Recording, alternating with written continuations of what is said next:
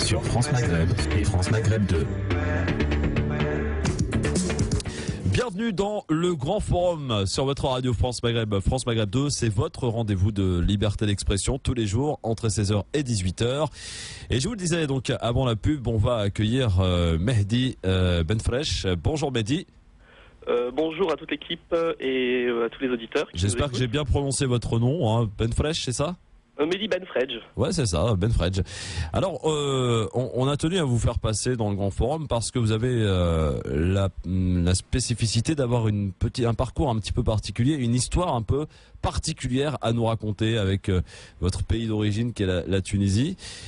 Puisqu'on rappelle, vous étiez destiné à être pilote de ligne. Et vous avez fait donc vos études en France, c'est ça, pour devenir donc pilote de ligne. Exactement. Donc de grosses études en perspective, hein, c'est pas un an d'études. Et puis vous avez voulu mettre vos services, votre compétence, votre savoir-faire à l'initiative de votre pays, donc la Tunisie. Et là, problème. Qu'est-ce qui s'est passé, Mehdi ? Alors, il s'est passé que lorsque je suis parti en Tunisie pour postuler auprès de la compagnie nationale que tout le monde connaît, Tunisair. Ouais. Ou bien Tunisair Express ou Nouvelle Air, j'ai appris que seules les licences tunisiennes étaient acceptées. Or, j'ai effectué ma formation en France, dans une école dans laquelle on me délivre une licence JAA, donc le label JAR, c'est un label pour les licences de pilote effectuées en Europe, et on m'a justement refusé l'accès à la sélection. Alors j'ai commencé à fréquenter très régulièrement l'OACA, au siège numéro 3, qui est l'Office de l'aviation civile et des aéroports. Et c'est là que j'ai rencontré quelques personnalités, le président du jury des examens, Alay Haïdi, son secrétaire, Lassad Bennour, et toute une série d'hommes importants qui sont ces personnes qui chapeautent les validations de licence, les délivrances de licences pratiques et théoriques de pilote de ligne. Et là, j'ai été très étonné de constater que dans un pays qui suit et qui copie mot pour mot la législation française, les cours, et toute la formation donc théorique et pratique, ils n'acceptent pas la licence que j'ai pu faire, si vous voulez, en France. Alors, ils m'ont demandé de refaire toute la formation théorique. La formation théorique d'un pilote de ligne, en quoi ça consiste concrètement ? Ça consiste à travailler très dur pendant 1 an dans le cadre de l'obtention de 14 certificats théoriques, qui sont difficiles, qui demandent beaucoup de travail. Et ces questions, en fait, cet examen théorique se déroule en 4 phases. Tous les 3 mois, vous passez ces certificats théoriques donc dans un centre d'examen agréé. En France, on a plusieurs centres d'examen, mais en Tunisie, ces examens, on les passe dans la base militaire de Bourg El Amri, qui est une école d'aviation. Voilà. Donc on m'a demandé de refaire tous ces certificats, donc à l'identique de ce que j'ai pu faire en France. Alors je n'ai pas compris l'intérêt. Donc j'ai pris mon courage à 2 mains et j'ai commencé donc le terrible engrenage de l'équivalence entre guillemets, vous comprendrez pourquoi. Et une fois l'obtention de ces 14 certificats, que j'ai eu l'honneur d'obtenir le 8 juin 2011, j'ai demandé donc des informations concernant la pratique. Alors pour la pratique, le président du jury des examens, un jour en réunion, un mercredi avec l'ensemble des membres du jury des examens, me disent, alors c'est simple monsieur Benfresh, vous n'avez qu'à faire un vol de 2, 3, 4 heures, pour nous montrer vos capacités dans le cadre de l'obtention de votre diplôme pratique. Donc la pratique, elle se fait en 2 phases. Donc vous passez ce qu'on appelle le CPL, c'est-à-dire la licence de pilote commercial. Et une fois l'obtention du CPL, on vous fait passer ce qu'on appelle l'IFR, la qualification de vol aux instruments. Vous pilotez l'avion sans regarder l'environnement extérieur, juste en utilisant les instruments dans le cockpit. D'accord. Donc, je me présente et on m'explique que je suis obligé, pour avoir le droit de passer l'examen pratique, de refaire 9 certificats théoriques parmi les 14 que j'ai déjà obtenus. Et ces 9 certificats théoriques servent finalement à valider les heures de vol que j'ai pu effectuer à l'étranger.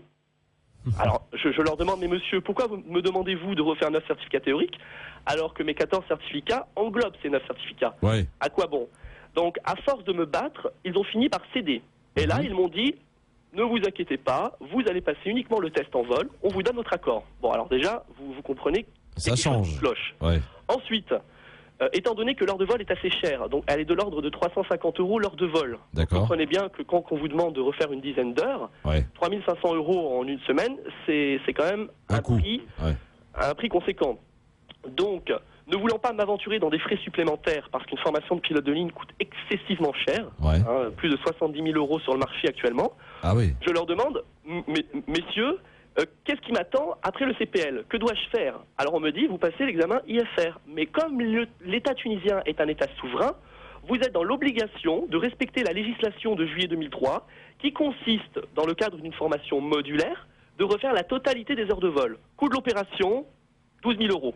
Voilà. À vos frais. Alors, comment se fait-il que dans un pays comme la Tunisie, qui est mon pays et qui est dans mon cœur, un pays qui n'a rien inventé de l'aviation, mais qui fait simplement du copier-coller de la législation française, comment se fait-il que ce pays, dans lequel la formation pour la qualification de vol aux instruments est bien plus faible en termes de niveau que la France, comment ce pays ne peut-il pas accepter mes heures de vol et reconnaître ma licence? Voilà le clou du problème. D'accord. Donc, monsieur, et chers auditeurs, j'ai commencé à mener une grande enquête et des investigations. Et c'est là que j'ai découvert, si vous voulez, que finalement l'OACA, le ministère des Transports, Tunisair, mais j'en parlerai un peu plus tard, ainsi qu'une certaine école privée, connue sous le nom d'AFA, Airline Flight Academy, si vous voulez, il y a tout un réseau de corruption bien ficelé entre différents éléments importants dans chaque administration, si vous voulez, qui s'entraident quelque part. Donc, j'ai étudié les JORT, donc le journal officiel de la République tunisienne, avec des gens très compétents, des militaires, des civils, et je me suis rendu compte que je n'étais pas un cas isolé, mais qu'on est plus d'une centaine de pilotes ayant si vous voulez, on a été courageux de vouloir faire notre formation à l'étranger, parce que c'est à l'étranger que l'aviation est née, c'est pas en Tunisie. Donc, et on a voulu faire comme les anciens commandants de bord de Tunisair, qui ont été formés à l'époque par les commandants de bord d'Air France, ou qui ont été formés en France, ou aux États-Unis, ou au Canada. On a voulu, si vous voulez, suivre les pas de ces grands pionniers de l'aviation qui ont donné à Tunisair sa réputation. Et si vous voulez, et si vous voulez, je perds mon idée parce que j'ai été dérangé. Donc, si vous voulez, j'ai perdu le fil de mon idée. On vient de me déranger. Donc, comment se fait-il qu'en Tunisie, on n'accepte pas, nos licences JAR qui sont reconnues? Donc, c'est là que j'ai rencontré une multitude de personnes qui sont actuellement dans ma situation, et j'ai décidé donc de hausser la voix et de faire valoir, si vous voulez, mes droits. Donc, j'ai étudié le JORT. Le dernier JORT qui est venu à ma disposition, c'est celui du 19 février 2010, applicable. Donc c'est un arrêté ministériel du 19 février 2010, applicable à compter du 5 mars. Qu'est-ce qu'il dit concrètement? Il dit que dans le cadre de la formation pratique, tout Tunisien titulaire du brevet théorique de pilote de ligne, ce sont les fameux 14 certificats, peut, après signature du ministre des Transports, actuellement Salem Miledi, en poste depuis quelques mois, donc qui a succédé à Yassine Brahim, donc après signature du ministre des Transports ainsi que l'avis du président du jury des examens, comprenez bien, après l'avis du président du jury des examens, Alea Haïdi, qui est un homme qui a beaucoup de choses à se reprocher. Après tout cela, vous avez le droit d'aller effectuer votre formation pratique dans un pays européen. Et quel pays? La France, bien sûr, mais quelle école encore? L'ESMA, l'école dans laquelle j'ai été formé. Ce qui veut dire qu'aujourd'hui, des Tunisiens qui ne peuvent pas faire leur pratique en Tunisie, pour les raisons que je vous expliquerai tout à l'heure, des raisons assez graves. Donc ces Tunisiens-là ont l'autorisation d'aller faire leur formation pratique à l'ESMA, l'école dans laquelle j'ai été formé. Alors attendez, pardon, Mehdi, juste parce que pour que je comprenne bien. En fait, votre erreur, vous, c'est de ne pas avoir demandé l'autorisation au préalable pour aller étudier en France. Alors, à vrai dire, non, c'est pas tout à fait ça. C'est que de tout temps, les Tunisiens avaient la liberté de pouvoir étudier le pilotage au Canada, aux États-Unis ou ailleurs. Et en revenant, ils avaient une simple équivalence à effectuer pour pouvoir intégrer des postes. D'accord. Cependant, la réglementation a changé entre 2000 et 2002 dans des conditions que je pourrais expliquer aussi, puisque je suis très béton au niveau du dossier, a été changée donc entre 2000 et 2002 et a été appliquée à compter du 1er juillet 2003. Donc c'est une réglementation qui a été imposée par le ministre des Transports de l'époque, Houssine Chouk, à l'encontre de tout le groupe de travail qui justement faisait une législation propre à la Tunisie. Eh bien, qu'a fait le ministre Houssine Chouk? Il a pris la réglementation JAR de la législation française, il l'a modifiée, bien sûr, en la défaveur du Tunisien. Pourquoi? Qu'est-ce qu'elle dit cette réglementation? Elle dit, à partir de 2003, celui qui veut faire une formation de pilote, il est obligé d'avoir un bac sciences mathématiques ou sciences expérimentales ou un bac technique, et il est dans l'obligation également d'effectuer 2 années de classe préparatoire à dominante mathématiques et physique. Voilà. Ensuite, en termes d'équivalence, l'équivalence, elle a également changé. Au lieu de faire une équivalence assez simple, on nous oblige à refaire les 14 certificats théoriques ATPL, ce qui est un comble. On a déjà fait ceci en France, avec un niveau beaucoup plus élevé. Donc on exige de nous refaire faire toute la théorie, qui demande justement 1 an de travail, et ensuite refaire des heures de vol. Alors qu'aujourd'hui, l'arrêté ministériel du 19 février 2010 autorise les Tunisiens à terminer leur pratique en France. Parce qu'en Tunisie, il y a de gros problèmes actuellement pour la formation de pilotes. Donc j'ai demandé à faire une application rétroactive de cet arrêté ministériel dans le cadre de la reconnaissance de mes heures de vol. Le président du jury des examens a reçu de ma part 3 ou 4 courriers qui n'ont jamais eu d'écho favorable, ni de réponse négative également, parce que vous pouvez écrire ou parler à l'OACA, on ne vous répond jamais. Et quand vous voulez un rendez-vous, il faut faire des scandales.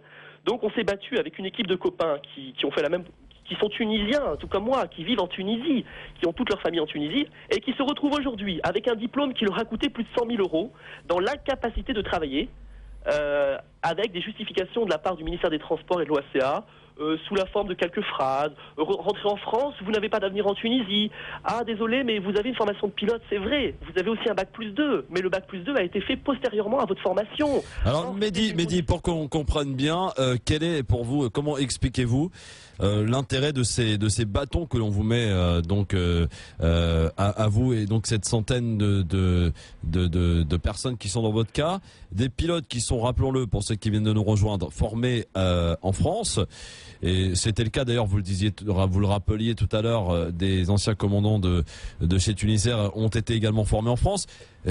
Quel est l'intérêt de faire ça pour la Tunisie alors qu'elle pourrait se dire ben voilà, on a des gens qui ont été formés en France, a priori au niveau de l'aviation la France est plutôt bien placée.